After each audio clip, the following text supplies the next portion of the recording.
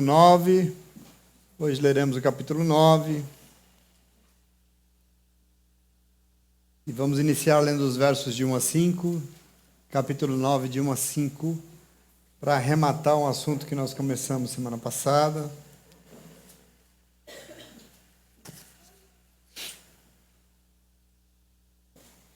Verso 1, encontraram todos e todas? Amém? Paulo diz assim: não tenho necessidade de escrever-lhes a respeito dessa assistência aos santos. Reconheço a sua disposição em ajudar e já mostrei aos macedônios o orgulho que tenho de vocês, dizendo-lhes que desde o ano passado vocês aí da Acaia estavam prontos a contribuir e a dedicação de vocês motivou a muitos. Contudo, estou enviando os irmãos para que o orgulho que temos de vocês a esse respeito não seja em vão, mas que vocês estejam preparados, como eu disse que estariam, a fim de que, se alguns macedônios forem comigo e os encontrarem despreparados, nós, para não mencionar vocês, não fiquemos envergonhados por tanta confiança que tivemos. Assim, achei necessário recomendar que os irmãos os visitem antes e concluam os preparativos para as contribuições que vocês prometeram. Então, ela estará pronta como oferta generosa e não como algo dado com avareza. Senta no teu lugar, vamos retomar esse assunto importante hoje, vamos encerrar esse assunto que é relevante para o Senhor. Nós retomamos a segunda parte, capítulo 8 nós começamos, e aqui a segunda parte da ministração que Paulo está fazendo à igreja de Corinto sobre dízimos e ofertas. Hoje vamos encerrar essa leitura, que é importante. Eu digo que é importante porque para Deus é um assunto extremamente importante, é um assunto muito relevante. Semana passada eu já falei com vocês como a Bíblia Sagrada valoriza a questão dos bens, do dinheiro, de uma forma que vocês não imaginam. Depois do amor, que é um tema muito presente, dinheiro é o tema que mais aparece na Bíblia Sagrada, para você entender como isso é importante para Deus. E você pode até ficar pensando, mais do que graça e salvação, a Bíblia fala de dinheiro, de bens. Por que será? A razão dessa preocupação toda é que isso é um grande canal de queda das pessoas. As pessoas têm desandado, têm perdido a comunhão com o Senhor. Por isso é muito importante para Deus, para um Deus, sobretudo, que não quer que ninguém se perca. Por isso que é importante ensinar essas coisas. Se é para Ele, tem que ser para nós, né? Hoje nós chegamos naquele momento que todo pregador de dízimos e ofertas gosta de ler. O capítulo 9 é uma maravilha, o verso aqui é maravilhoso, lembra que Deus aceita os dízimos e as ofertas de quem dá de coração, não com pesar ou por obrigação, pois o Senhor ama quem dá com... Oh, glória a Deus, isso todo mundo lê, todo mundo gosta, maravilhoso, né? Pois é, até aqui nós compreendemos um pouco o princípio dessa forma de oferta. Porque o testemunho que Paulo dá sobre os irmãos da Macedônia, a respeito deles, dá conta de que eles foram alcançados pela graça de Deus, só para retomar um pouco aqui, e em sendo alcançados, mesmo vivendo em meio a muita tribulação, Paulo diz que eles transbordaram em uma imensa generosidade, e por iniciativa própria, para reforçar o que diz o capítulo 9, sem pesar, sem serem obrigados a nada, com muita alegria, suplicar insistentemente com Paulo pelo privilégio de ofertar. Quer dizer, esse testemunho das igrejas da Macedônia já começa a construir aqui, nesse momento de Paulo, esse coração que interessa ao Senhor nesse assunto. Hoje você vai entender isso. Uma oferta que veio de um coração que Paulo vai dizer que se entregou primeiro a Deus. É uma entrega primeiro a Deus, como um ato de amor pelo Senhor, pela sua obra, por aquilo que Deus fez por nós. Semana passada já vimos também que oferta financeira na igreja é sim um propósito de Deus. Porque materialmente o Senhor espera sim os nossos dízimos e as ofertas. Isso nós já falamos. Agora, hoje eu quero continuar. Deus é Espírito. Ele precisa dos nossos dízimos e ofertas? Do ponto de vista material, sim. Lógico. Afinal de contas, a fome nesse mundo não vai cessar se não comprar alimento. Precisam comer. O medicamento não vai curar a doença de ninguém se não for comprado. A casa não será construída sem dinheiro. Quem está nu não será vestido se não tiver dinheiro para comprar roupa. os órfãos, as viúvas não serão atendidos sem dinheiro. Portanto, sim, aqui na terra, Deus conta com o nosso dinheiro para que a justiça do reino de Deus seja feita. Isso nós já vimos. Mas hoje eu queria pensar em tudo isso na perspectiva espiritual. Muita gente espiritualiza a oferta, mas para dizer que não precisa dar, né? Hoje eu quero espiritualizar a oferta, para você entender nessa perspectiva que Paulo fala aqui, porque quando o assunto é dízimos e ofertas, nós somos afetados, não só na nossa vida física e financeira, mas também na nossa vida espiritual. Isso é muito importante para a Bíblia, e é por isso que você precisa compreender. Deus é espírito, Ele precisa do nosso dinheiro? Espiritualmente, não. Espiritualmente, não. Deus, que é espírito, não está interessado no nosso dinheiro, mas espiritualmente, Ele deseja muito mais do que isso. Muito mais do que dinheiro. É outra coisa. E aí hoje você vai ter que entender isso, porque entender isso vai fazer toda a diferença na nossa vida e vai produzir coisas que você não imagina. A Bíblia Sagrada diz, por exemplo, que quando Paulo esteve em Atenas, entre os filósofos pregando, Atos 17, você lembra quando nós estudamos isso? A partir do 24, Paulo fala o seguinte, ó: o Deus que fez o mundo e tudo que nele há, sendo o Senhor do céu e da terra, não habita em templos feitos por mãos humanas, nem tampouco é servido por mãos de homens, como que necessitando de alguma coisa, pois Ele mesmo é quem dá a todos a vida, a respiração e todas as coisas, vem de Deus. Percebe? Ele é Deus soberano, sim. Ele pode todas as coisas, sim. E espiritualmente, Deus não está interessado em nossas ofertas. Mas tem algo que interessa muito e muito ao Senhor quando Ele observa, quando Ele vê as nossas atitudes diante dos dízimos da oferta. Ele observa o quê? Ele espera o quê? Que nós possamos dar a Ele a honra devida. Nós vamos ter que entender isso em nome de Jesus. Nós vamos ler um texto aqui com vocês, para começar, que também é muito usado. Depois, tanto quanto 2 Coríntios capítulo 9, talvez é o segundo texto mais usado quando o assunto é dízimos e ofertas, quando as pessoas falam. Provérbios 3. Muita gente já leu ele aqui. Provérbios 3, vou ler o 9 e o 10. Que é aquele texto que diz o seguinte, Provérbios 3, 9. Honra o Senhor com os teus bens e com a primeira parte, as primícias de todos os seus ganhos, e com isso se encherão os teus celeiros e transbordarão de vinho os teus lagares. Não é assim o texto? Que nós lemos sempre? Maravilhoso. Pois é, a primeira questão muito clara aqui, quando o assunto são dízimos e ofertas, é que tudo isso tem um propósito muito evidente. O quê? Honrar o nome do Senhor.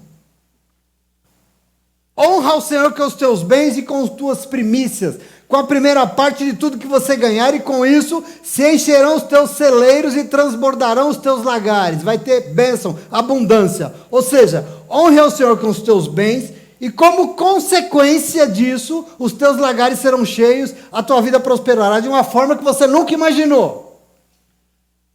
Eu quero trabalhar isso com vocês hoje. O propósito aqui desse texto e do Senhor não é fazer barganha com ninguém. Deus, o propósito aqui não é ensinar você a ficar rico. Se ficar, tão bom quanto. Fico feliz e glória a Deus, vamos usufruir dessa riqueza aí. Deus não é negociante, Deus não é dono de banco, não é dar oferta que Deus vai te abençoar. Não tem troca nenhuma aqui. Então a pergunta é, qual é a questão? A questão é que se você tiver no teu coração o firme propósito de dar honra, a honra devida ao Senhor, também na sua vida financeira, como consequência a sua vida vai ser ricamente abençoada. Essa é a lógica da palavra de Deus. Portanto, Deus não pede oferta, Deus pede honra. Em que área da minha vida Ele pede honra? Em que área da minha vida eu tenho que honrar o Senhor? Só quando eu louvo? Em todas elas. E na vida financeira não? Deus não pede oferta, Deus pede honra. O que é honra? Honra é a distinção, honra é a diferença. É algo único, honra. Isso Deus pede de nós. Então Deus não está interessado em oferta, mas em honra. E mais, porque segundo a Bíblia Sagrada, Paulo também vai dizer, para Deus não importa o quanto será a sua entrega, mas o quanto e a que atitude do teu coração. É isso que importa para Ele. E nós temos que compreender isso.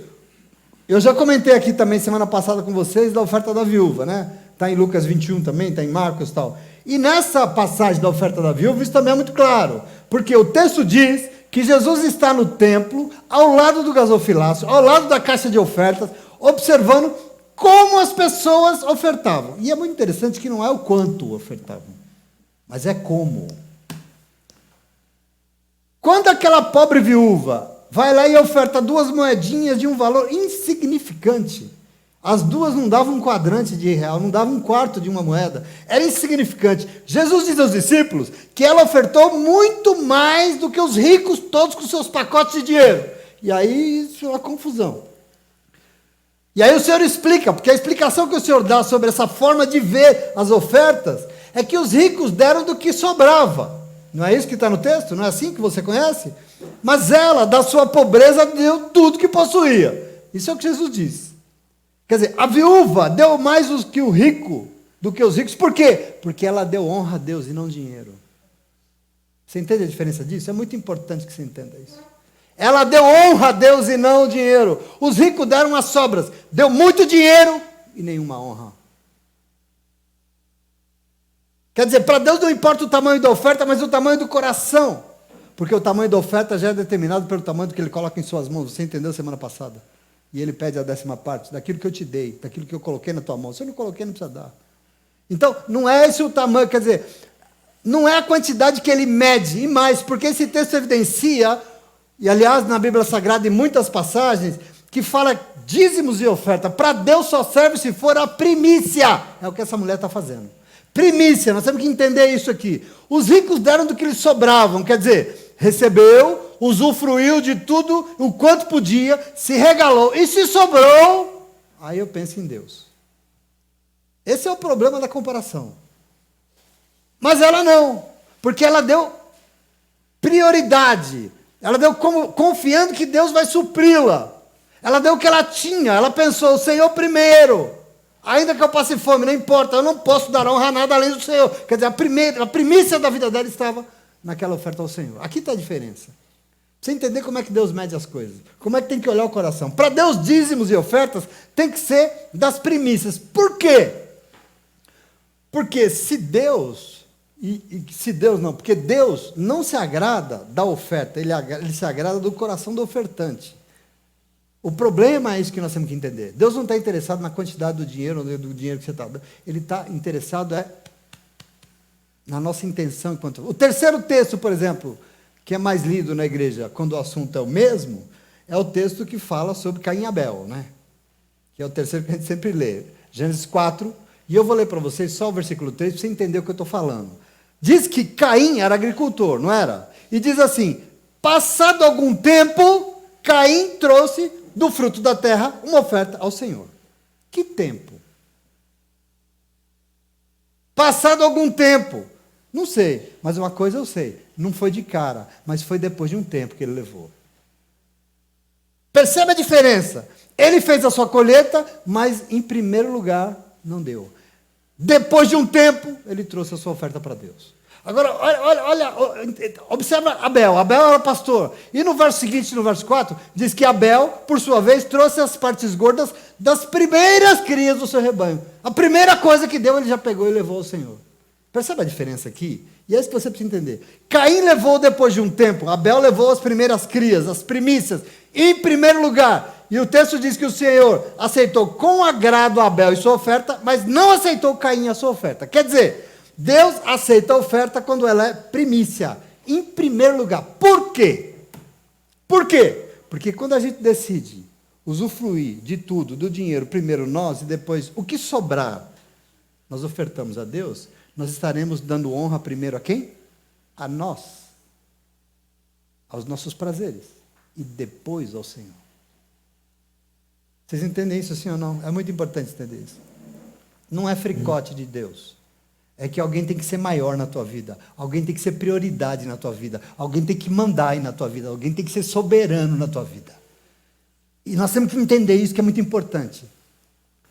Quando aceitamos ofertar as primícias como prioridade, nós estamos dizendo para Deus, Senhor, primeiro o Senhor, depois eu. Você está dando... Oferta nesse sentido é um discurso de soberania. Quem manda na minha vida? Primeiro o Senhor, depois eu. Então a oferta que serve para Deus tem que ser primícia, porque se Ele não está interessado em oferta, imagine se Deus está interessado no que sobra. O Senhor olha para como ofertamos, para o nosso coração, porque o coração que serve é aquele que dá honra a Deus em primeiro lugar. Dá honra a Deus como prioridade. E nada pode ocupar aquele lugar que cabe somente a Deus. Então já vai entendendo aí o caminho daquilo que te abençoa, porque a Bíblia diz que tem bênção para você. Tem bênção para mim, eu tomo posse disso. Está escrito, eu não estou nem aí. Nós temos que entender esse caminho. Dinheiro não é Deus. Como é que nós dissemos para o Senhor que toda a honra da nossa vida cabe somente a Ele e não ao dinheiro? Dizimando e ofertando como primícia aqui no nosso coração. Entendendo que nós não somos coagidos por iniciativa própria, com alegria por saber que nós estamos dando honra a Ele em primeiro lugar, e quando nós fazemos isso, Ele cuida de todas as dimensões da nossa vida, inclusive a financeira. E você precisa crer nisso, porque crente crê nisso, eu creio nisso, e com isso nós somos abençoados sim, porque a Bíblia diz que nós somos. Então, em vida que Deus é Senhor absoluto, é prioritário, uma certeza você pode ter, meu irmão, Deus vai cuidar de tudo, Deus vai te abençoar, acredite nisso, mas para Ele te abençoar, Ele tem que ser prioridade, porque senão você vai buscar a bênção em outro canto, que não tem como te abençoar. Esse coração que quer dar a honra a Deus interessa, tanto que Paulo aqui diz aos irmãos e às irmãs de Corinto sobre a importância de manter esse coração que honra o Senhor também nas ofertas financeiras. Ele fala isso nesse capítulo. Aliás, Paulo tece muitos elogios aqui. Ele já tinha dito na Macedônia que os crentes de Corinto eram uma bênção. Aqueles irmãos lá de Corinto, eles estão animadíssimos para contribuir. Aliás, a ideia de contribuir de todas as igrejas que eu contribuí foi deles, eles estão muito empolgados. Entretanto, Paulo está aqui com medo de passar vergonha. Ele está com o pé atrás. Porque quando lá chegasse, o que vai acontecer? Ele está com medo de dar errado. E por isso que ele faz? Ele envia Tito com 2 outros irmãos recomendados pelas igrejas na frente. Por isso que ele fala, eu reconheço a disposição de vocês em ajudar, eu já mostrei para os macedônios o orgulho que eu tenho de você, que eu disse que desde o ano passado vocês estão prontos para contribuir, a dedicação de vocês motivou muita gente, contudo estou enviando os irmãos para que o orgulho que temos de você e a esse respeito não seja em vão, mas que vocês estejam preparados, como eu disse que estariam, a fim de que se alguns macedônios forem comigo e encontrarem vocês despreparados, eu não passo vergonha. Aliás, eu não, vocês não sejam envergonhados. Vocês não sejam envergonhados. E por isso, assim, achei necessário que os irmãos os visitem antes e concluam os preparativos para a contribuição que vocês prometeram. Então, ela estará pronta como oferta generosa e não como um ato de avareza. Veja, Paulo, que não é bobo nem nada, sabe que quando o assunto é dinheiro, existe um risco real, imediato, de que esse dinheiro torne Deus na vida das pessoas. Ele sabe disso. Jesus tinha dito isso. Em Corinto, esse era um problema. Já vimos que a cidade de Corinto vivia um contexto muito desigual, porque tinha muita gente, muita grana, rico, e tinha muita gente pobre. E quem tem muito dinheiro tem um grande problema a enfrentar na vida. Não é pequeno, tem uma grande luta para enfrentar. Não é à toa que Jesus disse que é muito difícil. Não é impossível, mas é muito difícil que um rico entre no reino dos céus. Por que Jesus diz isso? Porque ele é maldoso? Porque ele não quer os ricos? Não, pelo contrário. É tão difícil que um camelo consegue passar por um buraquinho de uma agulha com menos dificuldade. É difícil ou não é? É difícil. Portanto, é um grande desafio. Por quê? Pelo mesmo drama daquele jovem rico do evangelho que você conhece, que nós vamos meditar esse ano. Dinheiro vira Deus. Dinheiro assume ares de Senhor. Dinheiro vira mamão. As pessoas colocam no dinheiro, e na sua vida o dinheiro com o status de Deus. Assume uma importância, uma relevância. Toda a honra dessa vida é dada em primeiro lugar ao Senhor chamado dinheiro e não ao Deus soberano. Esse é o problema, que ele nos alerta e ele está com medo. Dinheiro é o bem mais precioso. E Paulo diz que gente assim é gente avarenta. Não pode ser com avareza. Veja o verso 6. 6 e 7 ele diz assim, ó. Lembrem-se, aquele que semeia pouco, também colherá pouco. E aquele que semeia com fartura, também colherá fartamente. Então, cada um dê conforme determinou em seu coração, não com pesar ou por obrigação, pois Deus ama quem dá com alegria. Posso ouvir glória a Deus? Glória a Deus. Chegamos. Maravilhoso. Vocês leem e tem que ler mesmo, porque é lindo. É maravilhoso, é perfeito. É o texto mais perfeito da Bíblia profeta. Porque aqui é algo que está muito verdadeiro. naquilo que Paulo entende, na teologia paulina. Aliás, para ele não é só um ensino, mas para ele é uma lei. É a lei da semeadura. Paulo, para ele é muito claro. Em outra oportunidade, ele falou, quando nós lemos a carta de Paulo aos Gálatas, ele falou disso. Gálatas 6, 7 a 8. Só para lembrar vocês, ele tinha dito assim, ó, não se enganem, de Deus ninguém zomba, pois aquilo que o homem semear, isso também colherá. Porque o que semeia para a sua própria carne, da carne colherá corrupção. O que semeia para o Espírito, do Espírito colherá vida, vida eterna. Então veja, Paulo comparou as ofertas aqui com uma semeadura. Quando ele diz isso para a igreja de Corinto. Portanto, nós temos que compreender esse paralelo que Paulo faz entre as nossas ofertas financeiras e a lei da semeadura e da colheita. Porque tem muita lição aqui que nós podemos extrair, muita coisa boa dessa analogia que pode edificar muitas nossas vidas diante de Deus. Amém? E eu queria dizer para você, em primeiro lugar, já de cara, uma coisa que nós precisamos aprender aqui do que Paulo fala. Você colhe o que você planta. Tem umas coisas que você não vai mudar, o mundo não muda, Deus não quer mudar, são leis inexoráveis. A lei da semeadura é essa. Você colhe o que você planta. Veja, o apóstolo Paulo declarou que quem semeia para a carne, colhe de acordo com a semente que plantou. E quem semeia para o Espírito, colhe do Espírito, porque foi ele que semeou. Foi no Espírito que semeou. Quer dizer, essa é uma lei imutável. Deus determinou, desde a criação em Gênesis, Deus falou, cada semente gere segundo a sua própria espécie, não mistura. O Senhor diz, portanto, se você quer uma colheita financeira, você precisa fazer uma semeadura financeira. É difícil isso? Falar de dinheiro é difícil, mas é difícil. Você precisa fazer. Se você ajudar alguém com o seu tempo, com o seu talento, sei lá, você vai colher de volta essa mesma semente que você plantou. A pessoa vai ter tempo para você. Mas se você ofertar os seus bens no reino de Deus, você terá uma colheita financeira. Isso é bíblico, queridos, não tem jeito. Eu não estou pregando prosperidade aqui, eu estou pregando a palavra de Deus, naquilo que a Bíblia garante para mim e para você.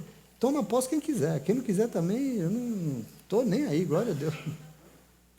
Muitos de nós não temos, eu penso assim, conquistado paz financeira, exatamente porque não entende como Deus olha as nossas ofertas.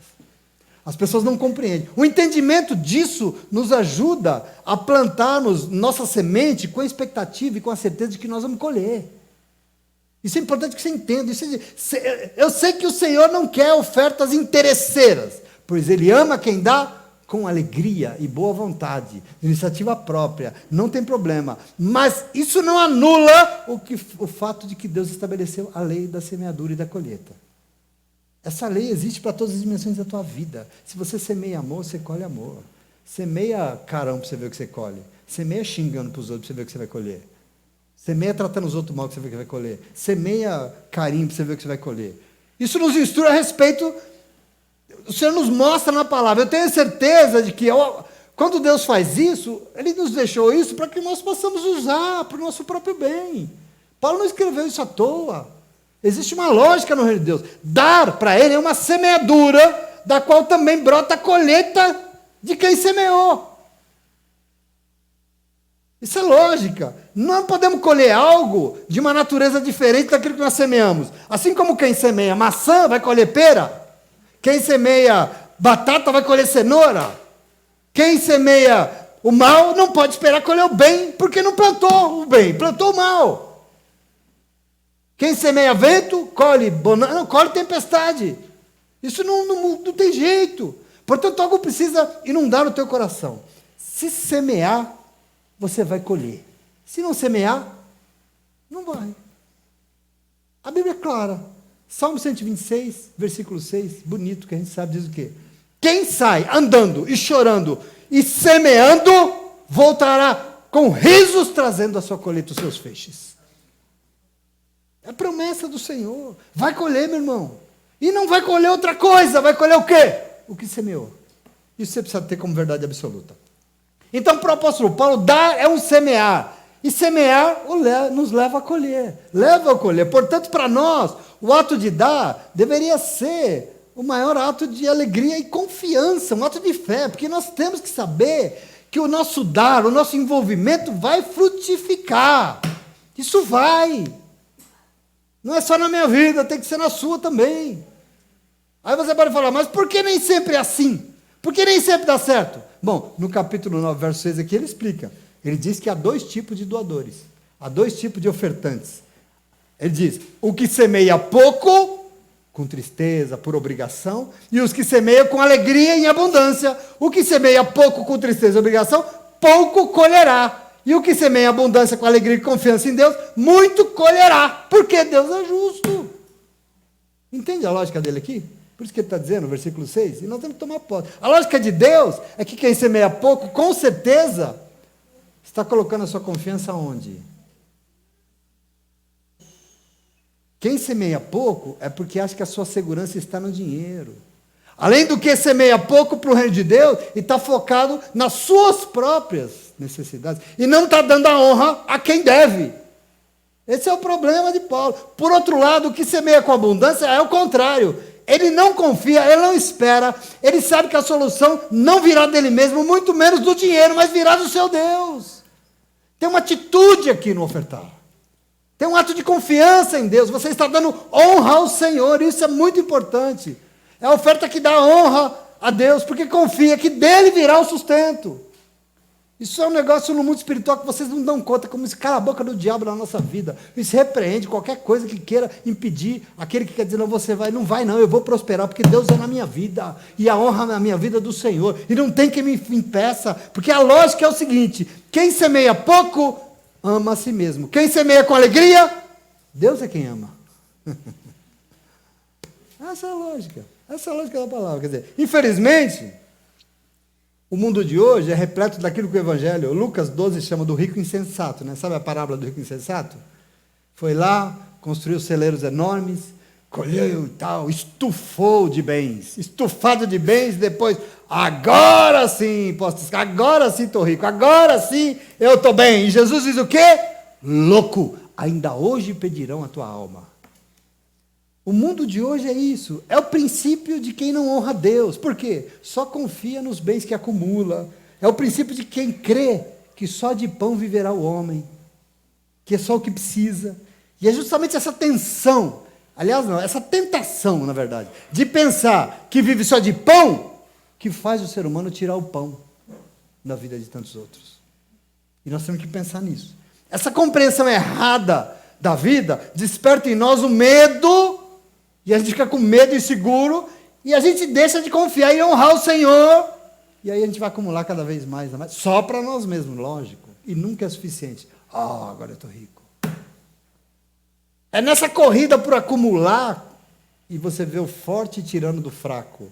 O rico, tanto o rico quanto o pobre, uma luta, os dois na verdade são vítima aqui, vítima de um plano maligno, porque o rico procura tesouros ocultos no campo, faz tudo errado, honra ao Deus dinheiro, a Bíblia diz que ele é insensato, e o pobre, roubado do básico para viver, não tem o que viver. Esse é o mundo que você vive, esse é o mundo que você conhece, é esse mundo que o reino de Deus vem enfrentar. A humanidade está profundamente perdida nessa distorção, e aí que está todo mal, essa miséria que nós estamos cansados de ver, de entender, de lamentar, de presenciar todo dia na internet, na rua, nas comunidades que a pastora visita. Essa miséria espalhada vem desse povo que não entende que existe um Deus que quer abençoar, e você vai entender hoje por que ele quer abençoar. Quer dizer, por isso nós precisamos entender o coração dele, quando o assunto é dízimo e oferta, porque para Deus a nossa partilha é o que ajuda a produzir justiça no mundo.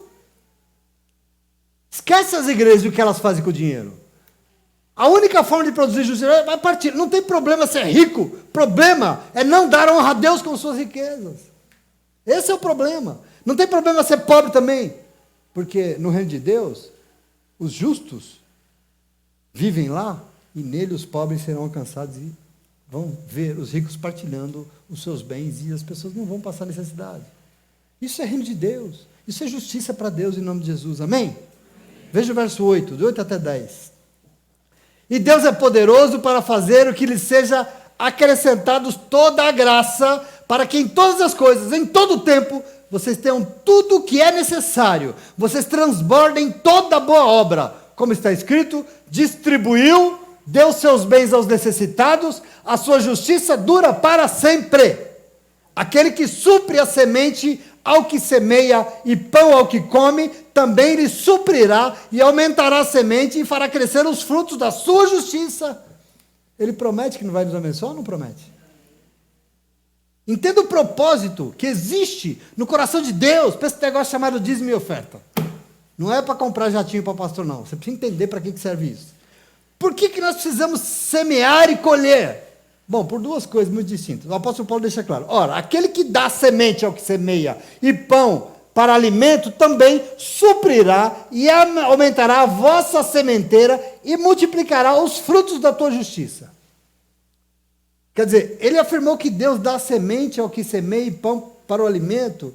E aqui tem um propósito duplo. Qual? Nessa semeadura. Deus quer que nós semeemos mais, porque Ele quer suprir as nossas necessidades em segundo lugar. O propósito do coração de Deus é que você seja um semeador. Porque quanto mais você semear, você vai colher. E quanto mais você colher, mais você vai poder suprir as outras necessidades e necessidades das pessoas. Então, Deus quer que nós semeemos mais para ter colheita, para suprir aquilo que nós mesmos precisamos também. Então, nós podemos afirmar que o propósito da semeadura é a colheita, sim, você semeia para colher, e que essa colheita se divide em duas partes. Primeiro, a primeira parte, a primícia, em primeiro lugar, a tua colheita é para Deus e para a justiça do reino de Deus. Em primeiro lugar. E depois, para você. Essa é a questão. Nós vemos esse princípio, por exemplo, em muito lugar, em muitos textos bíblicos. Eu vou ler para você, Efésios 4, 28. Ele diz assim, ó, aquele que furtava, não furte mais, antes trabalhe, fazendo com as próprias mãos o que é bom. Para quê? Para que tenha com que acudir ao necessitado.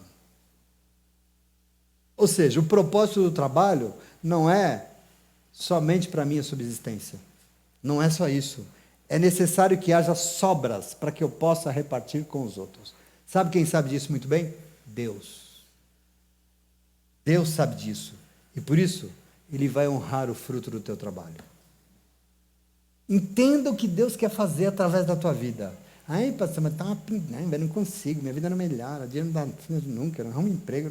Querido, o Senhor, não sou eu, o Senhor promete que Ele será conosco, que Ele vai frutificar na sua vida. E por que não frutifica? Porque não entendemos. O propósito de Deus não é apenas suprir as minhas necessidades, mas também é liberar muito mais na minha vida, é me abençoar além do que eu necessito, para que transborde, para que eu derrame a sua bênção e provisão na vida dos outros. Por isso que nós somos um povo que temos que ser próspero e abençoado, sim. Porque é plano de Deus alcançar as pessoas através da nossa vida. Tem muito crente que é egoísta, que só quer aquilo que serve para ele, que é necessário para ele viver. Mas nós não podemos ter somente o necessário, não. O necessário não serve para Deus. Nós temos que ter bem mais do que isso. Nós temos que ter de maneira abundante. Nós precisamos ter a nossa parte e a parte de Deus. A nossa parte é aquilo que Deus quer usar para abençoar os outros. Deus não quer que você dê o que você tem para os outros ser abençoados e você fique sem nada. Não, Paulo disse aqui, na semana passada nós lemos. Não é para ser injusto com um, injusto com... Não! Deus é capaz de te dar para que você tenha para você e tenha para repartir com os outros. Isso é maravilhoso. Ele quer dar a parte tua e a dele também, botar em tuas mãos, porque Ele confia em você. Tem uma ocasião que eu acho maravilhoso de Pedro, que é uma oportunidade da gente entender. Jesus está ensinando isso aqui que eu estou falando para vocês. Isso está em Mateus 17, a partir do 24, uma passagem que você já leu, já conhece, eu vou ler para você. Diz que, tendo ele chegado a Cafarnaum, dirigiram-se uns homens a Pedro, que eram cobradores de impostos. E aí, eles perguntaram das 2 dracmas que Pedro estava devendo. Não paga seu mestre as 2 dracmas? Pedro estava devendo imposto, e Jesus também. E Pedro falou, sim, ele paga. Mas ficou constrangido. E ele entrou em casa, envergonhado, sei lá, e Jesus já lhe antecipou. E Jesus falou, Pedro, o que te parece? De quem cobram os reis da terra impostos ou tributos? Dos filhos ou dos estranhos? E Pedro falou, dos estranhos. E Jesus disse, logo então, os filhos estão isentos, não deveriam pagar tributos. Mas para que não os escandalizemos, vá até o mar, lance o teu anzol, e o primeiro peixe que você fisgar, tira, abra-lhe a boca, e você vai achar um estáter. Toma-o, entrega-lhes por mim e por você. Paga a minha parte e a tua também. Está na boca do peixe. É maravilhoso. Por quê?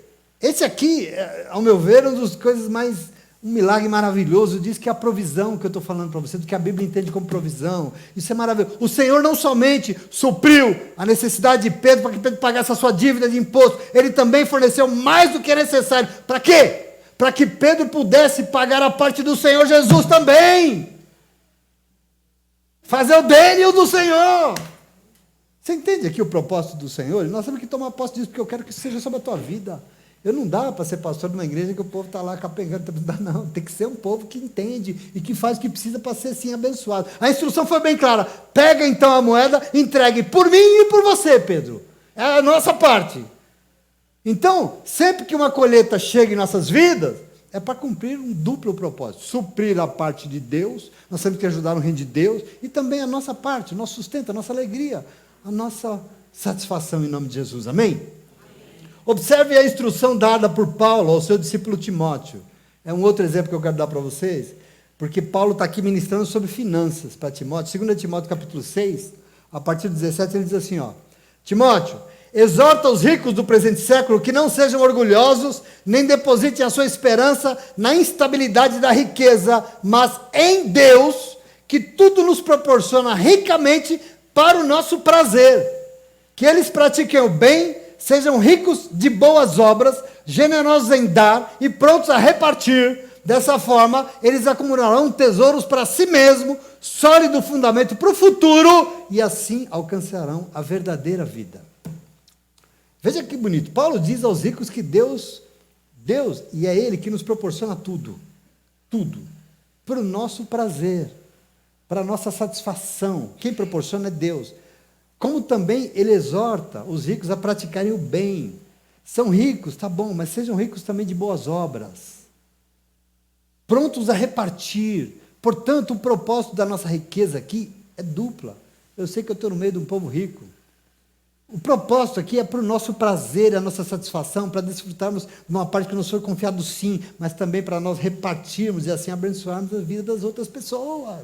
Isso que está no coração de Deus quando Ele quer confiar algo na tua mão. Mas por que não confia? Porque a gente não entende isso em nome de Jesus, amém? É muito importante. Tem muita gente que não aceita envolver Deus na sua vida financeira. Ah, não tem esse negócio de dinheiro. Primeiro, às vezes com medo que Deus vai pedir alguma coisa, né? Hoje, por exemplo, estou falando de dinheiro, não falo domingo, porque hoje não tem oferta. Você não precisa ofertar, não tem problema. Não precisa dar dia, não precisa nada. Com medo que Deus vai pedir, mas querido, Deus não pede nada que já não tenha nos dado, lembra semana passada? Pois é, depois a pessoa não quer envolver Deus na sua vida financeira, e se você não for abençoado, você não pode abençoar. Como assim eu não vou envolver Deus? Para a gente poder transbordar recursos para o reino de Deus e suprir os necessitados, eu preciso sim envolver Deus nisso, eu preciso da colheita também financeira. Essa colheita é compromisso do Senhor com o povo que aceitou semear. Então, tem que ser para o Senhor, não haverá justiça se não houver colheita.